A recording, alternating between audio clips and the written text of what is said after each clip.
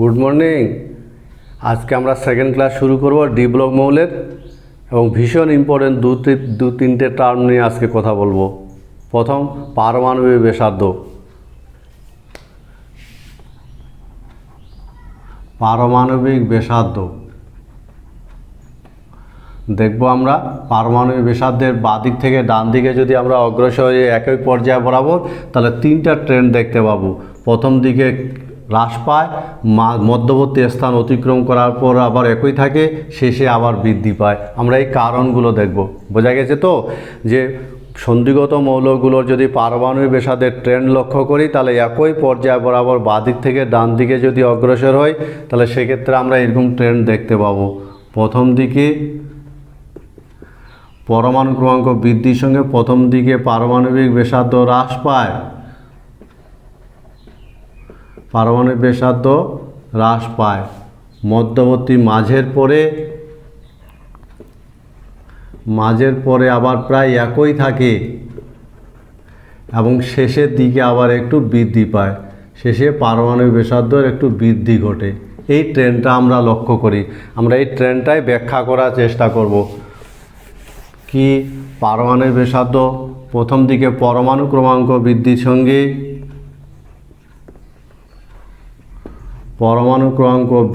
সঙ্গে কি হয় বলতো?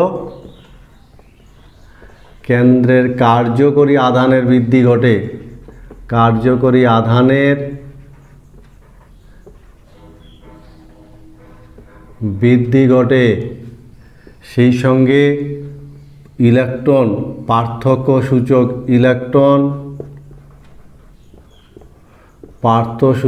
ইলেকট্রন n-1d-তে প্রবেশ করে, আর n-1d এর আবরণী ক্ষমতা কম। আবরণী ক্ষমতা কিন্তু খুব কম হয়। ফলে বহিস্থ ইলেকট্রনের প্রতি, অর্থাৎ ns ইলেকট্রনের প্রতি কেন্দ্রের আকর্ষণ বৃদ্ধি পায়। আর এই আকর্ষণ বৃদ্ধি পাওয়ার ফলে আকর্ষণ বৃদ্ধির ফলে পারমাণবিক ব্যাসার্ধ হ্রাস পায়। বোঝা গেছে? পারমাণবিক ব্যাসার্ধ হ্রাস পায়। যেমন আমরা যদি দেখি,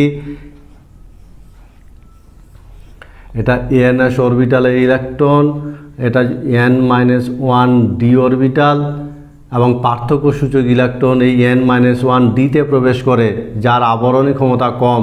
ফলে বহিস্থ ইলেকট্রনের প্রতি কেন্দ্রের আকর্ষণ বেড়ে যায়, আর আকর্ষণ বেড়ে যাওয়ার ফলে পারমাণবিক ব্যাসার্ধের সংকোচন ঘটে। বোঝা গেছে যে প্রথম দিকে পরমাণু ক্রমাঙ্ক বৃদ্ধির সঙ্গে সঙ্গে কি ঘটে? পার্থক্য সূচক ইলেকট্রন n-1 ভিতরের n-1d-তে প্রবেশ করে, যার আবরণী ক্ষমতা কম। ফলে বহিস্থ ইলেকট্রনের প্রতি কেন্দ্রের আকর্ষণ বাড়তে থাকে, আর আকর্ষণ বৃদ্ধির সঙ্গে ফলে কি হয়? পারমাণবিক ব্যাসার্ধের সংকোচন ঘটে। আমরা যদি মধ্যবর্তী জায়গার মধ্যবর্তী অতিক্রম করার পর যদি আমরা দেখি, মাঝামাঝি জায়গা অতিক্রম করার পর যদি আমরা দেখি, মধ্যবর্তীর পর যদি দেখি, তাহলে দেখব আকার প্রায় একই থাকে। কেন বলো তো? আকার প্রায় একই থাকে কেন? কারণ মধ্যবর্তী জায়গা অতিক্রম করার পর যদি আমরা দেখি, এটা ns, এইটাতে ইলেকট্রন থাকে। মধ্যবর্তী জায়গা অতিক্রম করার পর এই n-1d-তে যথেষ্ট সংখ্যক ইলেকট্রন বৃদ্ধি পায়, আর যথেষ্ট সংখ্যক ইলেকট্রন বৃদ্ধি পাওয়ার ফলে আবরণী ক্ষমতার বৃদ্ধি ঘটে। সেই তুলনায় কেন্দ্রের কার্যকরী আধানের বৃদ্ধি ঘটে না।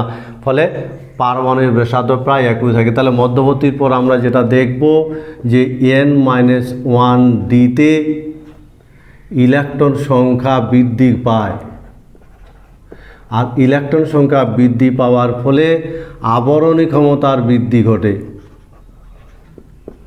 আবরণী ক্ষমতা বৃদ্ধি পায়। সেই তুলনায় কিন্তু কেন্দ্রের কি হয়? কার্যকরী আধানের বিশেষ বৃদ্ধি ঘটে না। এর ফলস্বরূপ কি হয়? পারমাণবিক ব্যাসার্ধ প্রায় একই থাকে। বোঝা গেছে নিশ্চয়ই? তাহলে আমরা যে কোনো সিরিজের মধ্যবর্তী অতিক্রম করার পর যদি দেখি, তাহলে দেখব n-1dতে যথেষ্ট সংখ্যক ইলেকট্রন বৃদ্ধি পাওয়ার ফলে আবরণী ক্ষমতার বৃদ্ধি ঘটে। সে তুলনায় কিন্তু কেন্দ্রের কার্যকরী আধানের আশানুরূপ বৃদ্ধি ঘটে না। ফলে বহিস্থ ইলেকট্রনের প্রতি কেন্দ্রে যে পরিমাণ আকর্ষণ হওয়ার কথা অতটা হয় না। ফলে পারমাণবিক ব্যাসার্ধ প্রায় একই থাকে। আমরা যদি শেষের দিকে দেখি, মধ্যবর্তী জায়গা অতিক্রম করার পর শেষের দিকে যদি আমরা লক্ষ্য করি, তাহলে দেখব ডি অরবিটালে যথেষ্ট সংখ্যক ইলেকট্রন বৃদ্ধি পায় এবং অধিক সংখ্যক ইলেকট্রনের বিকর্ষণের মাত্রা তাদের কেন্দ্রের আকর্ষণজনিত অর্থাৎ কার্যকরী আধানকে অতিক্রম করে। ফলে শেষের দিকে যদি আমরা দেখি, শেষের দিকের মৌলগুলোর ক্ষেত্রে সেক্ষেত্রে কিন্তু কি হয়? অল্প বৃদ্ধি পায়, পারমাণবিক ব্যাসার্ধের বৃদ্ধি ঘটে। কেন ঘটে বলো তো? কারণ n-1dতে ইলেকট্রন বিকর্ষণ ঘটে, আর এই বিকর্ষণ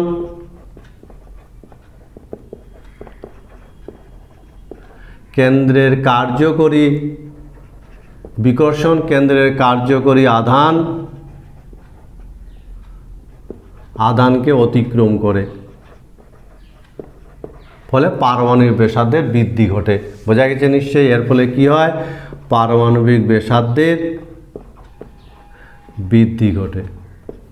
ফলে 3D সিরিজটার কথা যদি আমরা দেখি, সিরিজ স্ক্যান্ডিয়াম থেকে শুরু করে টাইটানিয়াম, ভ্যানাডিয়াম, ক্রোমিয়াম, ম্যাঙ্গানিজ আমরা যদি দেখি, তাহলে এদের manganese, iron, copper, nickel, copper, zinc, আমরা 3D সিরিজটার কথা যদি দেখি, তাহলে বাঁদিক থেকে ডান দিকে অগ্রসর হলে প্রথম দিকে আকার হ্রাস পেতে থাকে, আকার হ্রাস পায়, মাঝামাঝি জায়গায় প্রায় একই হয় এবং শেষের দিকে একটু বৃদ্ধি পায়। এরকম একটা ট্রেন্ড লক্ষ্য করি। ফলে এই মৌলগুলোর মধ্যে আমরা যদি দেখি, তাহলে দেখব নিকেলের পারমাণবিক ব্যাসার্ধ সবথেকে ছোট এবং সমযোজী ব্যাসার্ধ, এই যে 3D সিরিজগুলোর মধ্যে নিকেলের সমযোজী ব্যাসার্ধ সবথেকে ছোট। ফলে পারমাণবিক ব্যাসার্ধের এরকম আমরা গ্রুপ বরাবর বাঁদিক থেকে ডান দিকে যদি অগ্রসর হই, তাহলে সিরিজ বরাবর এরকম দেখি। কিন্তু উপর থেকে নিচে যদি আমরা দেখি, উপর থেকে নিচে, তাহলে দেখব 3Dর তুলনায় 4Dর বৃদ্ধি ঘটে এবং এই বৃদ্ধিটা স্বাভাবিক। কেন বৃদ্ধি ঘটে? কারণ নতুন কক্ষের সংযুক্তি। বোঝা গেছে নিশ্চয়ই? আমরা যদি উপর থেকে নিচে নামি, 3D সিরিজ আছে, 3D সিরিজের পর 4D সিরিজ, 5D সিরিজ, আমরা যদি উপর থেকে নিচে নামি, তাহলে দেখব 3D সিরিজের তুলনায় 4D সিরিজের পারমাণবিক ব্যাসার্ধ বৃদ্ধি ঘটবে। কেন ঘটবে বলো তো? নতুন কক্ষের সংযুক্তি ঘটে এবং এই বৃদ্ধিটা স্বাভাবিক। কিন্তু আমরা 4D থেকে যদি 5Dতে অগ্রসর হই, সেক্ষেত্রে কিন্তু ব্যাসার্ধ প্রায় একই থাকে,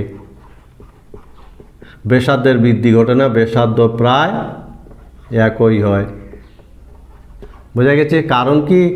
এর কারণ বলতে পারবে? ব্যাসার্ধ কেন 3D 4D তুলনায় 5D মৌলগুলোর ব্যাসার্ধ একই হয়? কারণ ল্যান্থানাইট সংকোচনের ফলে পারমাণবিক ব্যাসার্ধের বৃদ্ধি ঘটে না। যখনই আমরা 3D থেকে 4Dতে অতিক্রম করি, ইলেকট্রন পূর্তি প্রক্রিয়ায় ইলেকট্রনগুলো এখানে কিন্তু 5Dর পরিবর্তে 4Fে প্রবেশ করে, যার আবরণী ক্ষমতা আরও কম। ফলে বহিস্থ ইলেকট্রনের প্রতি কেন্দ্রের তীব্র আকর্ষণ বেড়ে যায়। এর ফলস্বরূপ পারমাণবিক ব্যাসার্ধের বৃদ্ধি ঘটে না, যেটাকে আমরা ল্যান্থানাইট সংকোচন বলি। এবং এইরকম করে আমরা যদি দেখি যে একটা 4D মৌল যেমন আছে, 4D মৌল জার্কোনিয়াম এবং 5D মৌল হফনিয়াম, এদের পারমাণবিক ব্যাসার্ধ প্রায় সেম এই ল্যান্থানাইট সংকোচনের ফলে। সুতরাং পারমাণবিক ব্যাসার্ধের ট্রেন্ড আমরা কি দেখলাম? আমরা দেখলাম সন্ধিগত মৌলগুলোর একই পর্যায় বরাবর বাঁদিক থেকে ডান দিকে অগ্রসর হলে প্রথম দিকে হ্রাস পায়, মধ্যবর্তী জায়গা অতিক্রম করার পরে একই থাকে এবং শেষের দিকে বৃদ্ধি পায়। আর 3Dর তুলনায় 4Dর বৃদ্ধি স্বাভাবিক, কিন্তু 4D এবং 5D মৌলগুলো ল্যান্থানাইট সংকোচনের ফলে পারমাণবিক ব্যাসার্ধে প্রায় বৃদ্ধি ঘটে না। আমরা আমরা যদি 4D এবং 5D দুই উদাহরণ হিসাবে দেখি, তাহলে জার্কোনিয়াম এবং হফনিয়াম এই দুটো মৌলের পারমাণবিক ব্যাসার্ধ প্রায় একই হয়। এবার যদি প্রশ্ন করা হয়, বলো তো 3D যে মৌলগুলো আছে, এই 3D মৌলগুলোর মধ্যে কোন মৌলটার সমযোজী ব্যাসার্ধ সর্বনিম্ন? উত্তরটা তৈরি করবে।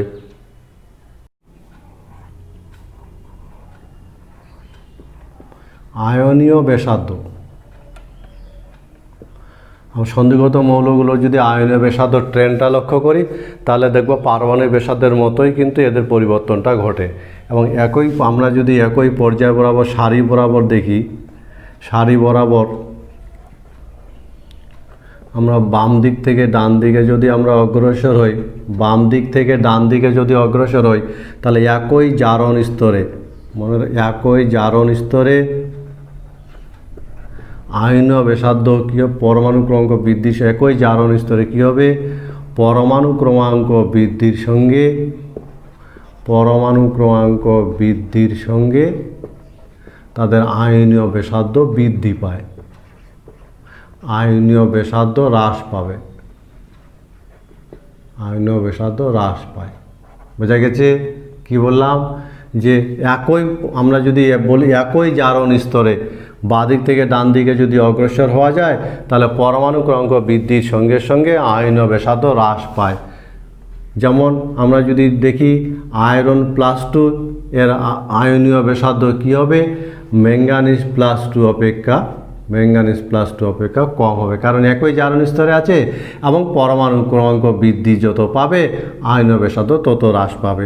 কিন্তু চার্জ বৃদ্ধির সঙ্গে, চার্জ বৃদ্ধির সঙ্গে আয়নীয় ব্যাসার্ধ হ্রাস পাবে, আয়নীয় ব্যাসার্ধ একই মৌলের চার্জ বৃদ্ধির সঙ্গে আয়নীয় ব্যাসার্ধ হ্রাস পায়। বোঝা গেছে? যেমন Fe+3 এর ব্যাসার্ধ Fe+2 অপেক্ষা কম হবে। সুতরাং সন্ধিগত মৌলগুলো যে আছে এদের আয়নীয় ব্যাসার্ধের ট্রেন্ড একদম পারমাণবিক ব্যাসার্ধের মতোই। এবং আমরা যদি একই পর্যায় বরাবর বাদিক থেকে ডান দিকে অগ্রসর হই, তারা যদি একই জারণ স্তরে থাকে, তাহলে পরমাণু ক্রমাঙ্ক বৃদ্ধির সঙ্গে আয়নীয় ব্যাসার্ধ হ্রাস পায়। আর একই মৌল যদি একাধিক জারণ স্তর প্রদর্শন করে, তাহলে চার্জ বৃদ্ধির সঙ্গে সঙ্গে পারমাণবিক ব্যাসার্ধের হ্রাস ঘটে। আমরা পরের ধর্মে চলে যাব, ভীষণ ইম্পর্টেন্ট ধর্ম, খুব ভালো করে পড়বে। সেটা হলো আয়নায়ন বিভব। আয়নায়ন বিভব খুব ইম্পর্ট্যান্ট একটা ধর্ম, আয়নায়ন বিভব। আমরা একে আই বা আইপি বলা হয় সংক্ষেপে, আয়নায়ন বিভব। কোন একটা মৌল গ্যাসীয় অবস্থায় আছে, তাকে পজিটিভ আয়নে একটা ইলেকট্রন নির্গত করার জন্য যে শক্তি দরকার হয় তাকে ফার্স্ট আইপি বলা হয়। আবার সেকেন্ড ইলেকট্রন বের করার জন্য যে শক্তি দরকার হয় তাকে সেকেন্ড আইপি বলা হয়, সেকেন্ড আইপি বলা হবে। ঠিক আছে? Second IP. আবার থার্ড ইলেকট্রন বের করার জন্য যে শক্তি দরকার হয় তাকে থার্ড আইপি বলা হবে। বোঝা গেছে নিশ্চয়ই?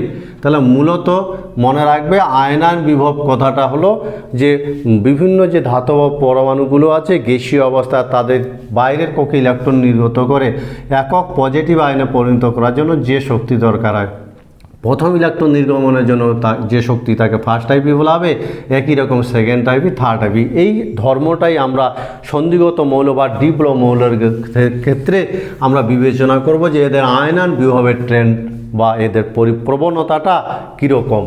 ঠিক আছে? প্রথমে আমরা দেখব যে এদের যে আয়নায়ন বিভব সাধারণত পরমাণু ক্রমাঙ্ক বৃদ্ধির সঙ্গে, পরমাণু ক্রমাঙ্ক বৃদ্ধির সঙ্গে এদের বৃদ্ধি পায়। অবশ্যই ফার্স্ট আইপি পরমাণু ক্রমাঙ্ক বৃদ্ধির সঙ্গে বৃদ্ধি পায়। দুই একটা ব্যতিক্রম বাদ দিলে বাদিক থেকে ডান দিকে একই পর্যায় বরাবর যদি অগ্রসর হয়, তাহলে দেখব এদের ফার্স্ট আইপির মান পরমাণু ক্রমাঙ্ক বৃদ্ধির সঙ্গে এদের বৃদ্ধি পায়। আমরা যদি দেখি কেন বৃদ্ধি পায় বলো তো? কারণ কি? কারণ বৃদ্ধি পাওয়ার কারণ হলো এদের কেন্দ্রে চার্জ বেশি, কেন্দ্রে চার্জ বৃদ্ধি পায় এবং সেই সঙ্গে কি হয়? আকার হ্রাস পায়। বোঝা গেছে নিশ্চয়ই। তাহলে কি পেলাম আমরা, যে আয়নায়ন বিভব সন্ধিগত মৌলগুলোর ক্ষেত্রে আমরা যদি ফার্স্ট আইপির কথা ভাবি, তাহলে বাঁ দিক থেকে ডান দিকে অগ্রসর হলে ফার্স্ট আইপির মান কিন্তু ধীরে ধীরে বৃদ্ধি পায়। কেন বৃদ্ধি পায়? কারণ একই পর্যায় বরাবর বাঁ দিক থেকে ডান দিকে অগ্রসর হলে পারমাণবিক ব্যাসার্ধের সংকোচন ঘটে, আবার কেন্দ্রে চার্জ বৃদ্ধি পায়, ফলে বহিস্থ ইলেকট্রনের প্রতি কেন্দ্রের আকর্ষণ বেড়ে যায়, আর অধিক আকর্ষণ থেকে ইলেকট্রন নির্গমনের জন্য অধিক শক্তি দরকার হয়। আমরা যদি আয়নায়ন বিভবের বিশেষ ক্ষেত্র দেখি, যেমন জিঙ্ক, ক্যাডমিয়াম, মার্কারি, এদের কি হয় বলো তো, এদের সেকেন্ড আইপির মান খুব উচ্চ হয়। বোঝা গেছে নিশ্চয়ই। এই মৌলগুলো সেকেন্ড আইপির মান খুব উচ্চ হয়। কেন? কারণ আমরা যদি জিঙ্কের ইলেকট্রন বিন্যাস দেখি 3d10 4s2, বোঝা গেছে নিশ্চয়ই। তাহলে এদের ক্ষেত্রে আমরা যদি দেখি 3d10 4s2, আমরা ফার্স্ট আইপির কথা যদি বিবেচনা করি, ফার্স্ট আইপি আর জিঙ্ক প্লাস সে ইলেকট্রন নির্গমনের জন্য 4s1 কী হবে? এটা কিন্তু স্থিতিশীল সজ্জা, স্থিতিশীল ইলেকট্রন বিন্যাস। বোঝা গেছে তো? পূর্ণ ইলেকট্রন বিন্যাস, পরিপূর্ণ সজ্জা, পরিপূর্ণ সজ্জা। আর এই জায়গা থেকে ইলেকট্রন নির্গমনের জন্য বলো তো কম শক্তি লাগবে না বেশি শক্তি লাগবে? গোটা অরবিটালটাও ইলেকট্রন পূর্ণ আছে। অধিক স্থিতিশীল ইলেকট্রন বিন্যাস থেকে ইলেকট্রন নির্গমনের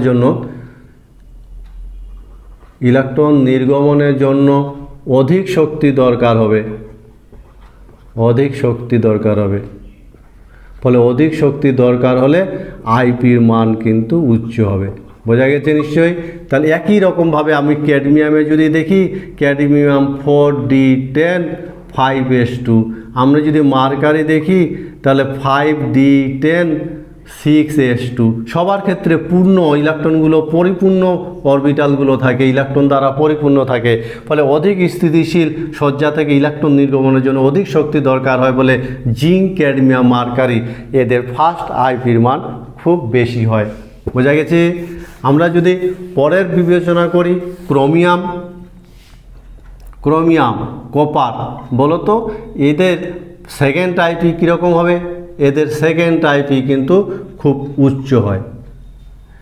বোঝা গেছে নিশ্চয়ই। আমরা ইলেকট্রন বিন্যাস দিয়ে এই আইপির মান কেন বেশি হয় কেন কম হয় আমরা ইলেকট্রন বিন্যাস দিয়ে ব্যাখ্যা করতে পারি। যেমন ক্রোমিয়ামের ইলেকট্রন বিন্যাস 3d5 4s1, ঠিক আছে। এবার ক্রোমিয়াম প্লাস 3d5, এখান থেকে যদি আমি ক্রোমিয়াম +2 তৈরি করতে চাই তাহলে 3d4 এই সজ্জা থেকে এখানে আসতে হবে। এটা স্থিতিশীল সজ্জা, স্থিতিশীল ইলেকট্রন বিন্যাস। কেন স্থিতিশীল বলো তো? কারণ এটা অর্ধপূর্ণ সজ্জা, তাই তো? অর্ধপূর্ণ। আবার এখান থেকে ইলেকট্রন এই স্থিতিশীল সজ্জা থেকে ইলেকট্রন নির্গমনের জন্য কি লাগবে? ইলেকট্রন নির্গমনে অধিক শক্তি দরকার, অধিক শক্তির প্রয়োজন হবে, ঠিক আছে। আর তার ফলে এদের কি হবে? এর যে আমাদের যে সেকেন্ড আইপির মান, সেকেন্ড আইপি উচ্চ হবে। বোঝা গেছে।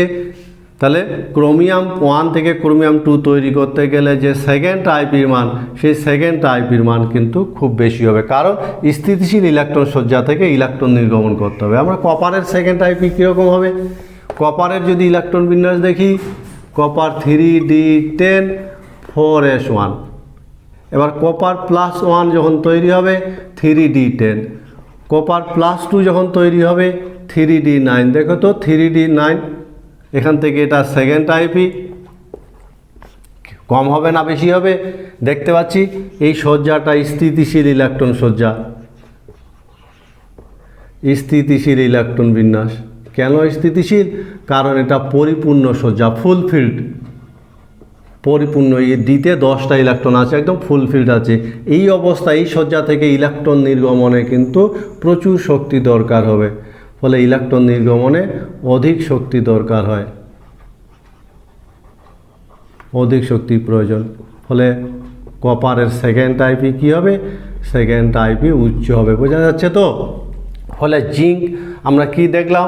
ক্রোমিয়াম, কপার এদের সেকেন্ড আইপি কিন্তু খুব উচ্চ হয়। আমরা যদি ম্যাঙ্গানিজের ক্ষেত্রে দেখি আন্দাজ করা যাবে যে ম্যাঙ্গানিজের থার্ড আইপি কীরকম হবে। থার্ড আইপি, ম্যাঙ্গানিজের থার্ড আইপি কিন্তু উচ্চ হবে, খুব বেশি হবে। কেন বলো তো? ইলেকট্রন বিন্যাস দিয়ে সহজে আমরা ব্যাখ্যা করার চেষ্টা করব।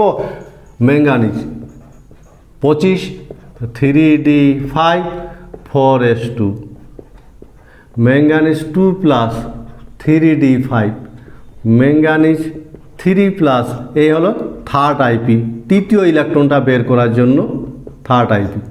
কী হবে বলো তো? 3d4 হবে। 3d5 থেকে 3d4, 3d5 অর্ধপূর্ণ সজ্জা, এটা হলো স্থিতিশীল ইলেকট্রন সজ্জা, স্থিতিশীল ইলেকট্রন সজ্জা,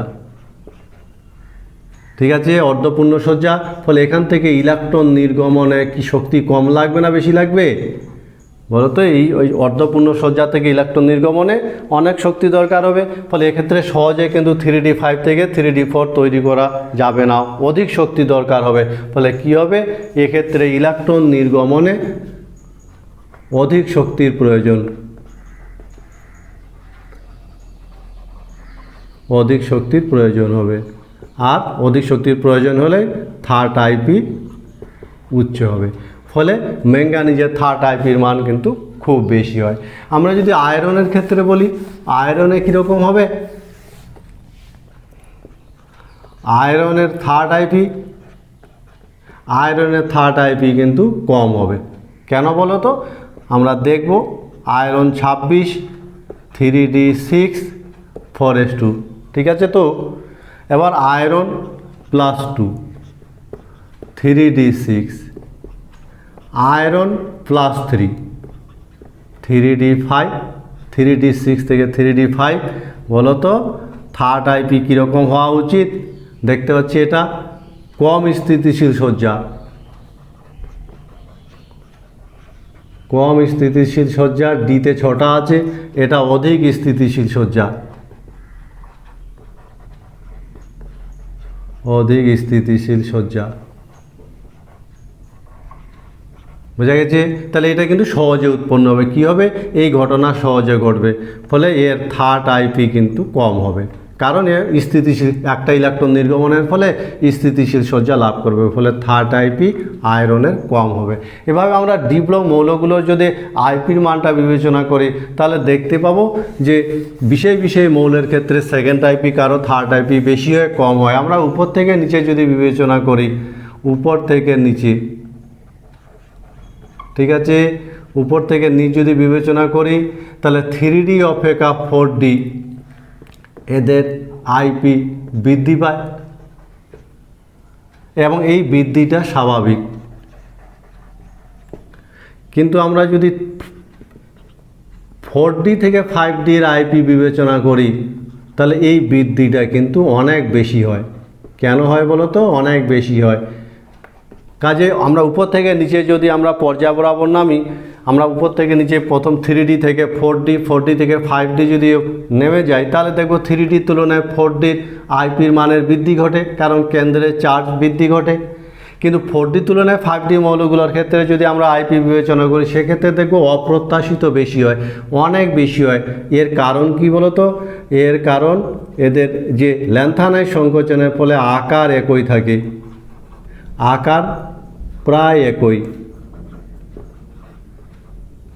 বোঝা গেছে? আকার প্রায় একই হয়, কিন্তু কেন্দ্রের চার্জ, কেন্দ্রের চার্জ 32 একক বৃদ্ধি পায়, 32 একক বৃদ্ধি ঘটে। বোঝা গেছে? তাহলে 3dর তুলনায় যদি আমরা 4dর দেখি, সে বৃদ্ধিটা, আইপির বৃদ্ধিটা স্বাভাবিক। কিন্তু 4dর তুলনায় 5d মৌলগুলোর ক্ষেত্রে যদি লক্ষ্য করি, তাহলে দেখব আইপি মানের বৃদ্ধিটা অপ্রত্যাশিত বেশি। কারণ ল্যান্থানাইট সংকোচনের ফলে 4d এবং 5d মৌলগুলোর পারমাণবিক আকার প্রায় একই হয়, কিন্তু কেন্দ্রের চার্জ 32 একক বৃদ্ধি পাওয়ায় বহিস্থ ইলেকট্রনের প্রতি কেন্দ্রের আকর্ষণ বেড়ে যায়। ফলে আইপির মান অপ্রত্যাশিতভাবে বেশি হয়। কাজেই আমরা যদি দেখি যে আয়নান বিভব ভীষণ একটা ইম্পর্টেন্ট পয়েন্ট, এবং এরা সন্ধিগত মৌল বা ডিপ্লম মৌলগুলোর ক্ষেত্রে জেনারেল ট্রেন্ড যদি দেখি, তাহলে বাদিক থেকে ডান দিকে গেলে ব্যতিক্রম দিয়ে একটা বাদ দিলে বৃদ্ধি পায়, এবং কিছু কিছু মৌলের থার্ড আইপি, কোনো মৌলের সেকেন্ড আইপি, এই ধরনের কম বেশি আমরা লক্ষ্য করি। বলতে পারবে যে 3D যে সিরিজটা আছে, 3D সিরিজের মধ্যে কোন মৌলটার আইপির মানটা সর্বাধিক। যে 3D মৌলগুলো যে আছে, এই 3D মৌলগুলোর মধ্যে কোন মৌলটির আইপির মান সর্বাধিক। আয়নায়ন বিভব ও যৌগের স্থিতিশীলতা। যৌগের স্থিতিশীলতা। সন্ধিগত মৌলগুলো বা ধাতুগুলো যে যৌগগুলো তৈরি করে, সেই সমস্ত যৌগের স্থিতিশীলতা ওই ধাতুর আয়নায়ন বিভবের উপর কিন্তু নির্ভর করে। কীরকম নির্ভরশীল? কোনো ধাতুর আইপি যত কম হবে, ওই ধাতু থেকে উৎপন্ন যৌগের স্থিতিশীলতা তত বেশি হবে। যৌগের স্থিতিশীলতা তত বেশি হবে। বোঝা গেছে? যেমন নিকেলের ফার্স্ট আর সেকেন্ড আইপির মান প্লাটিনামের ফার্স্ট আর সেকেন্ড আইপি অপেক্ষা কম। বোঝা গেছে কথাটা? তাহলে নিকেলের ফার্স্ট আর সেকেন্ড আইপির সমষ্টি প্লাটিনামের ফার্স্ট আর সেকেন্ড আইপির সমষ্টি অপেক্ষা কম। ফলে কি হয় বলো তো? নিকেল প্লাস টু যৌগের স্থিতিশীলতা,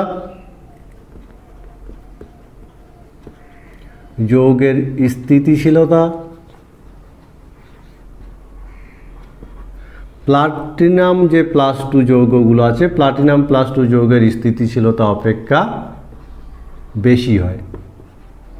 বোঝা গেল নিশ্চয়ই? তাহলে কোনো সন্ধিগত ধাতু থেকে উৎপন্ন যৌগের স্থিতিশীলতা কি হবে বলো তো?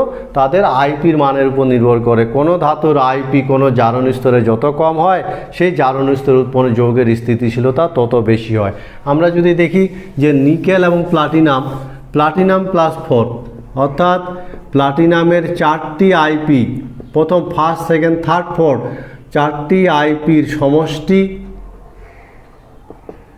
এটার মান কিন্তু নিকেলের 4টি আইপির সমষ্টি অপেক্ষা কম হয়। বোঝা গেছে? তার ফলে আমরা দেখি যে প্লাটিনামের এই যৌগটার অস্তিত্ব আছে, অস্তিত্ব বর্তমান। কিন্তু নিকেলের যেহেতু 4টি আইপির সমষ্টি প্লাটিনাম অপেক্ষা অনেক কম, ফলে নিকেলের এই যৌগটার কিন্তু অস্তিত্ব নেই, এই যৌগের অস্তিত্ব নেই। বোঝা গেছে নিশ্চয়ই? তাহলে কোনো যৌগের কোনো একটা ধাতুর আয়নায়ন বিভবের সাথে ওই ধাতু থেকে উৎপন্ন যৌগের স্থিতিশীলতা নির্ভরশীল। আইপির মান যত কম হবে, স্থিতিশীলতা তত বেশি হবে। যেমন প্লাটিনামের 4টা আইপির সমষ্টি নিকেলের 4টা আইপির সমষ্টি অপেক্ষা কম হয়। প্লাটিনামের এই যৌগটার অস্তিত্ব আছে, কিন্তু নিকেলের এই যৌগটার অস্তিত্ব নেই। আমরা বিভিন্ন সন্ধিগত মৌলগুলো জারণ স্তর নিয়ে কথা বলবো। এরা একাধিক জারণ স্তর দেখায়, পরিবর্তনশীল জারণ স্তর দেখায়, এবং এই জারণ স্তর নিয়ে আমরা একটা সাধারণ ধারণা তৈরি করার চেষ্টা করব। জারণ স্তর।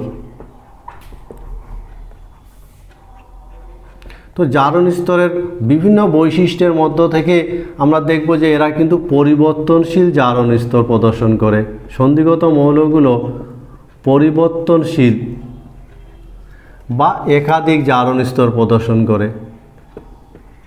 একাধিক জারণ স্তর দেখায়। কেন বলো তো এদের একাধিক জারণ স্তর দেখা যায় কেন? সন্ধিগত মৌলগুলো যে এরা বন্ধন গঠনে এরা কিন্তু কি করে, N-1d ও NS দুটো অরবিটালের ইলেকট্রন বন্ধন গঠনে অংশগ্রহণ করে। সে কারণে সন্ধিগত মৌলগুলো কিন্তু পরিবর্তনশীল তথা একাধিক জারণ স্তর প্রদর্শন করে। এবং সন্ধিগত মৌলগুলোর ক্ষেত্রে যদি আমরা দেখি, তাহলে দেখব যে মধ্যবর্তী যে মৌলগুলো আছে, মনে থাকবে মধ্যবর্তী মৌলগুলো কিন্তু কি করে, সর্বাধিক জারণ স্তর প্রদর্শন করে। সর্বাধিক, সব থেকে বেশি সর্বাধিক জারণ স্তর দেখা যায়। মধ্যবর্তী মৌলগুলো কিন্তু সর্বাধিক জারণ স্তর প্রদর্শন করে। কেন বলো তো? কারণ সর্বাধিক জারণ স্তর প্রদর্শন করার কারণ হলো অধিক সংখ্যক বিজোড় ইলেকট্রন। অধিক সংখ্যক বিজোড় ইলেকট্রন। মনে থাকবে কথাটা। আবার কোনো একটা আমরা যদি দেখি তাহলে কি দেখলাম, যে সন্ধিগত মৌলগুলো কিন্তু মনে রাখবে খুব ইম্পর্টেন্ট একটা পয়েন্ট, জারণ স্তর। এরা একাধিক জারণ স্তর দেখায়, কারণ বন্ধন গঠনের সময় এদের n-1d এবং ns উভয় অরবিটালে ইলেকট্রন ব্যবহার করতে পারে। আবার কোনো একটা সারির মাঝামাঝি জায়গায় যারা থাকে তারা কিন্তু সর্বাধিক জারণ স্তর দেখাতে পারে।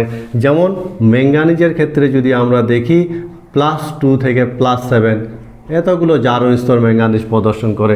কিন্তু সারির শুরুতে যদি আমরা দেখি কোন একটা সারির শুরুতে বা শেষে যারা থাকে, সারির শুরু ও শেষে যারা থাকে, ঠিক আছে, তারা কিন্তু কম সংখ্যক জারণ স্তর দেখায়, কম সংখ্যক জারণ স্তর প্রদর্শন করে। কেন বলো তো? শুরুতে এবং শেষে যারা থাকে, যারা শুরুতে থাকে তাদের ইলেকট্রন সংখ্যাই কম থাকে, ইলেকট্রন সংখ্যা কম থাকে। আবার শেষে যারা থাকে তাদের কিন্তু বিজোড় ইলেকট্রন থাকে না, বিজোড় ইলেকট্রন নেই। সুতরাং শুরুতে যারা আছে তাদের ইলেকট্রন সংখ্যা কম থাকায় এরা অধিক সংখ্যক ইলেকট্রন বন্ধন গঠনে অংশগ্রহণ করতে পারে না। আবার শেষে যারা আছে তাদের আবার অরবিটালগুলো ইলেকট্রন ভর্তি থাকে, ফলে বিজোড় ইলেকট্রন না থাকে, তারাও কিন্তু অধিক সংখ্যক জারণ স্তর দেখাতে পারে না।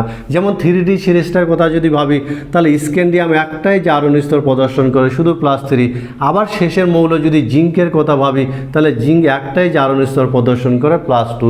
সুতরাং কোন একটা সারির শুরু এবং শেষের মৌলগুলো কিন্তু অধিক সংখ্যক জারণ স্তর দেখাতে পারে না। মধ্যবর্তী জায়গায় যারা থাকে তারা কিন্তু অধিক সংখ্যক জারণ স্তর দেখাতে পারে, কারণ তাদের অধিক সংখ্যক বিজোড় ইলেকট্রন উপস্থিত থাকে। আবার বিভিন্ন মৌলের জারণ স্তর তাদের আইপির মানের উপরও নির্ভর করে। যেমন কবাল্ট মৌলটার +4 জারণ স্তরে সে স্থিতিশীল সজ্জা লাভ করে 3d5, তা সত্ত্বেও এটার কিন্তু অস্থিতিশীল।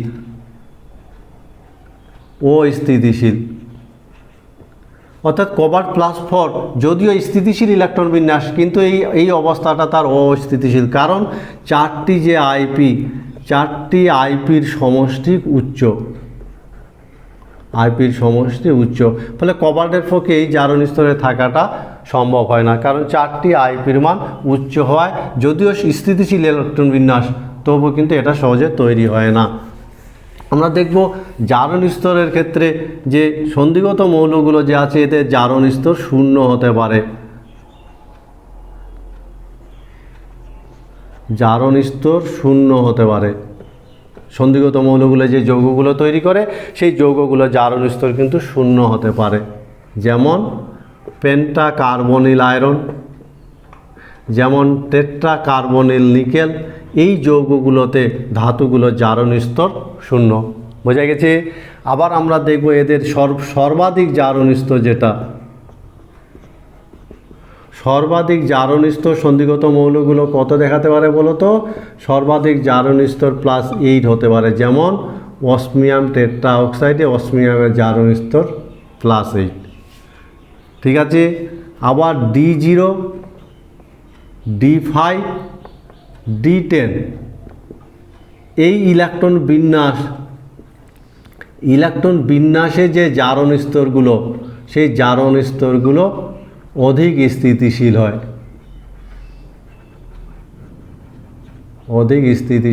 অর্থাৎ কোনো একটা মৌল, কোনো একটা ধাতব মৌল যদি কোনো একটা জারণ স্তরে এই ধরনের ইলেকট্রন বিন্যাস লাভ করে, তাহলে সেই জারণ স্তরগুলো কিন্তু অধিক স্থিতিশীল হবে। যেমন আয়রন +2 3d6 আর আয়রন +3 3d5, ফলে আয়রন +2 অপেক্ষা আয়রন +3 জারণ স্তরে স্থিতিশীলতা বেশি, কারণে স্থিতিশীল ইলেকট্রন বিন্যাস লাভ করেছে।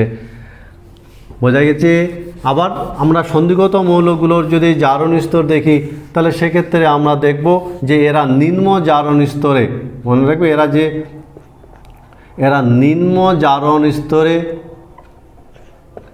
সমযোজী যৌগ, নিম্ন জারণ স্তরে এরা তড়িৎযোজী বা আয়নীয় যৌগ গঠন করে, যৌগগুলো আয়নীয় হয়। আর উচ্চ জারণ স্তরে এরা সমযোজী যৌগ গঠন করে, ফলে নিম্ন জারণ স্তরে আয়নীয় যৌগ তৈরি করে, আর উচ্চ জারণ স্তরে এরা সমযোজী যৌগ গঠন করে। আমরা যদি বিভিন্ন মৌলগুলোর জারণ স্তরের আবার এবার কী করবে, জারণ স্তর আবার দ্রাবকের উপর নির্ভর করে, দ্রাবকের উপর নির্ভর করে। যেমন কপার +1, জলে কপার +1 অপেক্ষা +2 বেশি স্থিতিশীল। ফলে কোনো একটা ধাতুর জারণ স্তর সেটা কিন্তু তার আবার দ্রাবকেরও উপর নির্ভর করে। যেমন জলে যদি আমরা দেখি তাহলে দেখব +1 অপেক্ষা +2 অধিক স্থিতিশীল। আবার আয়রনের ক্ষেত্রে যদি দেখি আয়রন +2 অপেক্ষা আয়রন +3 বাতাসে অধিক স্থিতিশীল, বাতাসে অধিক স্থিতিশীল, অধিক স্থিতিশীল। বোঝা গেছে? সুতরাং কোনো একটা ধাতব আয়নের জারণ স্তর সেটা তার দ্রাবকের উপরও নির্ভর করে। আমরা যদি উপর থেকে নিচে আমরা শ্রেণী বরাবর নামি তাহলে দেখব উপর থেকে নিচে যদি বিবেচনা করি জারণ স্তর উপর থেকে নিচ, তাহলে সেক্ষেত্রে দেখব উচ্চ জারণ স্তরের স্থিতিশীলতা বৃদ্ধি পায়। বোঝা গেছে? আমরা যে 3D থেকে 4D, 4D থেকে 5Dতে নামি তাহলে বলো তো উচ্চ জারণ স্তরের স্থিতিশীলতায় কিন্তু বৃদ্ধি পায়। বোঝা গেছে? যেমন আমরা যদি দেখি ক্রোমিয়াম +6, এই ক্রোমিয়াম +6 অপেক্ষা তার নিচে যে আছে মলিবডিনাম +6 বেশি স্থিতিশীল। বোঝা গেছে? সে কারণে আমরা কি দেখি Cr2O7 2- এটা তীব্র জারক। এ কী করে অন্যকে জারিত করে, এ +6 জারণ স্তরে আছে, অন্যকে জারিত করে নিজে ক্রোমিয়াম নিম্ন জারণ স্তরে নেমে আসে। অন্যদিকে আমরা যদি মলিবডিনাম দেখি মলিবডিনাম ট্রাইঅক্সাইড, এর কিন্তু কোনো জারণ ধর্ম নেই, এ +6-এ আছে এবং এটা স্থিতিশীল, এর কোনো জারণ ধর্ম নেই। বোঝা গেছে নিশ্চয়ই? তাহলে উপর থেকে নিচে নামলে আমরা যদি শ্রেণী বরাবর নামি তাহলে 3Dর তুলনায় 4D অধিক জারণ স্তরে 4D মৌলের যৌগের স্থিতিশীলতা বেশি, 4D অপেক্ষা 5D মৌল দ্বারা গঠিত যৌগের স্থিতিশীলতা বেশি। যেমন ক্রোমিয়াম +6 অপেক্ষা মলিবডিনাম +6-এর জারণ স্তরের স্থিতিশীলতা বেশি। সে কারণে ক্রোমিয়ামের এই আয়নটা তীব্র জারক এবং এটা সহজে অন্যকে জারিত করে নিজে তার জারণ সংখ্যাটা +6-এ নামিয়ে নিয়ে আসে। অথচ মলিবডিনাম যে আছে সেটা +6 জারণ স্তরে কিন্তু স্থিতিশীল। সুতরাং সন্ধিগত মৌলগুলো একাধিক জারণ স্তর দেখায়, এরা পরিবর্তনশীল জারণ স্তর দেখায়, সারির শুরুতে এবং শেষে কম সংখ্যক জারণ স্তর প্রদর্শন করে, কিন্তু সারির মাঝামাঝি জায়গা যারা আছে তারা অধিক সংখ্যক জারণ স্তর দেখায়। এবং এই আলোচনা থেকে তোমরা বলতে পারবে একটা প্রশ্নের উত্তর, যে আলোচনাটা আছে এই আলোচনাটা থেকে একটা উত্তর বলতে পারবে কি, যে আমরা যে ক্রোমিয়ামের আয়ন Cr2O7 2- এই আয়নটাতে ক্রোমিয়ামের জারণ সংখ্যা কত? আবার বলছি Cr2O7 2- এই আয়নে ক্রোমিয়ামের জারণ সংখ্যা কত? উচ্চ জারণ স্তর ও যৌগের স্থিতিশীলতা।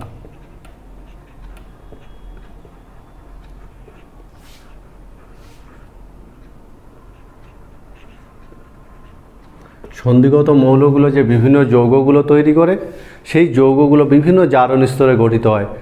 উচ্চ জারণ স্তরে গঠিত যৌগগুলোর স্থিতিশীলতা কীরকম হবে সেই বিষয়টা নিয়ে আমরা একটা সাধারণ ধারণা তৈরি করব। মনে রাখবে যে সন্ধিগত মৌলগুলো যে আছে 3D সিরিজের কথা যদি ভাবি, যে 3D সারির যে মৌলগুলো আছে এদের মধ্যে যেমন টাইটানিয়ামের সর্বোচ্চ জারণ স্তর +4, অর্থাৎ 3D সর্বোচ্চ মৌল সর্বোচ্চ জারণ স্তর, যেমন ভ্যানাডিয়াম সর্বোচ্চ জারণ স্তর +5, যেমন ক্রোমিয়াম সর্বোচ্চ জারণ স্তর +6, ম্যাঙ্গানিজ সর্বোচ্চ জারণ স্তর +7।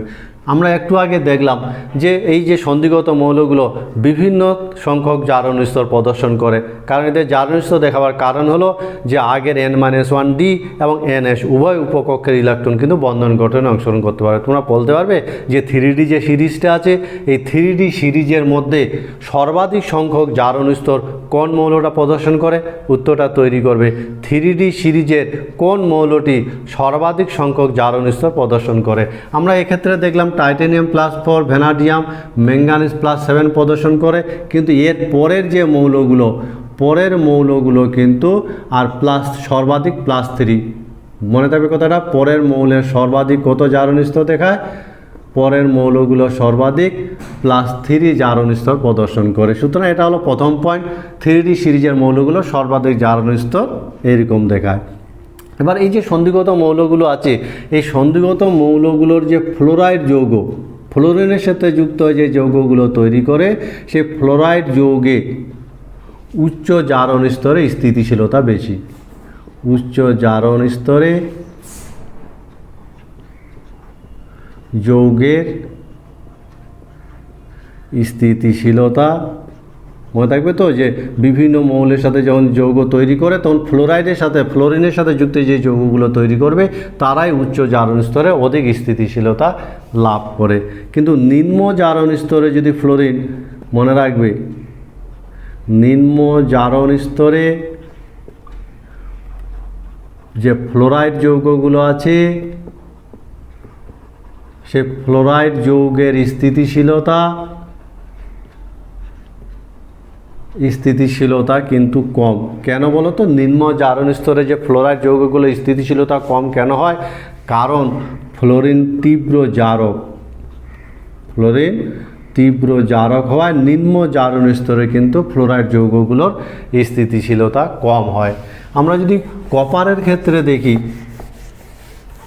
কপার CuF2, CuCl2, CuBr2 এই সমস্ত যৌগের অস্তিত্ব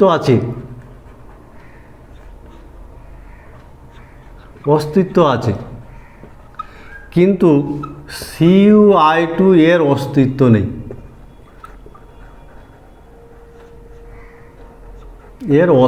নেই।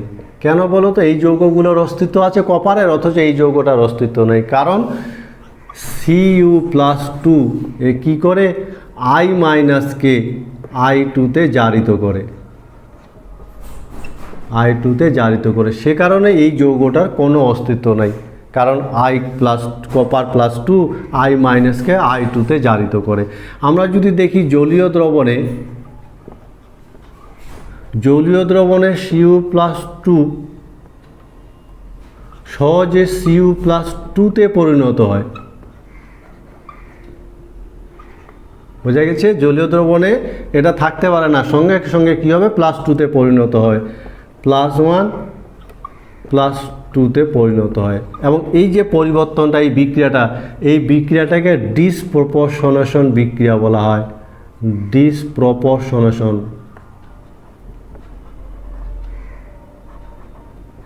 ডিসপ্রপোর্শনেশন বিক্রিয়ার মাধ্যমে Cu+2 সহজে Cu+1, Cu+2 এবং কপারে পরিণত হয়। কারণ মনে রাখবে Cu+2 এর হাইড্রেশন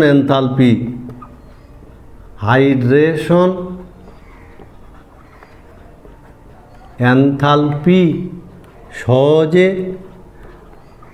সেকেন্ড আইপিকে অতিক্রম করে। বোঝা গেছে? তাহলে আমরা কি পেলাম? যে উচ্চ জারণ স্তরে যে যৌগগুলো তৈরি হয়, সেই যৌগগুলোর স্থিতিশীলতা বিভিন্ন ফ্যাক্টরের উপর নির্ভর করে। সাধারণত ফ্লোরাইড যৌগগুলোর স্থিতিশীলতা অধিক হয়, তবে নিম্ন জারণ স্তরে কিন্তু ফ্লোরাইড যৌগের স্থিতিশীলতা কম। এর কারণ হলো ফ্লোরিন তীব্র জারক। আবার কপারের ফ্লোরাইড, ক্লোরাইড এবং ব্রোমাইড যৌগের স্থিতিশীলতা বা অস্তিত্ব থাকলেও কপার আয়োডাইড যে এই যৌগটার স্থিতিশীলতা নেই, কারণ এটা কি করে? I- কে I2-তে জারিত করে। আবার জলীয় দ্রবণে Cu+1 সহজে Cu+2 এবং কপারের ডিসপ্রপোর্শনেশন বিক্রিয়ার মাধ্যমে পরিবর্তিত হয়, কারণ Cu+2 এর হাইড্রেশন এনথালপির মান সহজে এর সেকেন্ড আইপিকে অতিক্রম করে। আমরা যদি অক্সিজেনের সাথে তুলনা করি উচ্চ জারণ স্তরে, মনে রাখবে উচ্চ জারণ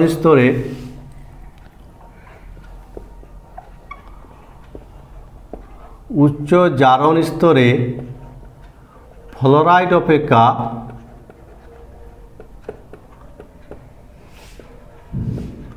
উচ্চ জারণ স্তরে ফ্লোরাইড অপেক্ষা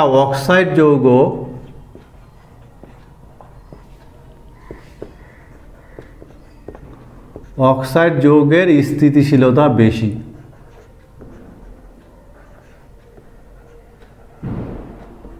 কেন উচ্চ জারণ স্তরে ফ্লোরাইড অপেক্ষা অক্সাইড যৌগের স্থিতিশীলতা বেশি? কারণ অক্সিজেন ধাতুর সঙ্গে দ্বিবন্ধন গঠন করে, কিন্তু ফ্লোরিন পারে না, দ্বিবন্ধন গঠন করে। সে কারণে আমরা যদি দেখি তাহলে দেখব ম্যাঙ্গানিজ, এক্ষেত্রে অক্সিজেন কি করে, সর্বোচ্চ +7 জারণ স্তরে স্থিতিশীল যৌগ তৈরি করে। অন্যদিকে ফ্লোরিন সর্বাধিক +4 জারণ স্তরে স্থিতিশীল যৌগ তৈরি করে, +4। অর্থাৎ ফ্লোরিনের পক্ষে সর্বাধিক +4 জারণ স্তর তৈরি করা সম্ভব স্থিতিশীলতা প্রদানে, কিন্তু ম্যাঙ্গানিজ +7 তৈরি করতে পারে। কারণ ম্যাঙ্গানিজ কি করতে পারে, অক্সিজেন ম্যাঙ্গানিজের সঙ্গে বা ধাতুর সঙ্গে দ্বিবন্ধন তৈরি করতে পারে। দ্বিবন্ধন তৈরি করতে পারার ফলে অক্সিজেন উচ্চ জারণ স্তরে অক্সিজেন ফ্লোরিনের তুলনায় অধিক স্থিতিশীলতা প্রদান করে। সুতরাং বিভিন্ন জারণ স্তরের, উচ্চ জারণ স্তরে বিভিন্ন যৌগের স্থিতিশীলতা সেটা বিভিন্ন ফ্যাক্টরের উপর নির্ভর করবে। তোমরা বলতে পারবে যে যদি বলা হয় যে কোনটি সর্বোচ্চ জারণ স্তর দেখাবে, এমসিকিউ, কোনটি সর্বোচ্চ জারণ স্তর দেখাবে, এই 4টা অপশনের মধ্যে কোনটি সর্বোচ্চ জারণ স্তর দেখাবে? যেমন 3D1 4s2, 3D2 4s2, 3D5 4s2 এবং 3D3 4s2। এই 4টা ইলেকট্রন বহিস্থ কক্ষে ইলেকট্রন বিন্যাস দেওয়া আছে। বলতে পারবে যে কোনটার সর্বোচ্চ সংখ্যক জারণ স্তর দেখাবে। আজকের ক্লাসে আমরা সন্ধিগত বা ডি ব্লক মৌলগুলোর বিভিন্ন ধর্মগুলো নিয়ে, মূলত ব্যাসার্ধ ভীষণ ইম্পর্টেন্ট ধর্ম, সেই সঙ্গে আয়নাইজেশন পটেনশিয়াল এবং বিভিন্ন জারণ স্তর দেখাবার যে প্রবণতা, এই বিষয়গুলো সম্পর্কে আলোচনা করলাম। আমার মনে হয় বোঝাবার চেষ্টা করেছি। তোমরা খুব ভালো করে ক্লাসটা ফলো করবে এবং একটা সঠিক ধারণা তৈরি করবে, এই প্রত্যাশা রেখে আজকের ক্লাসটা এখানেই শেষ করছি।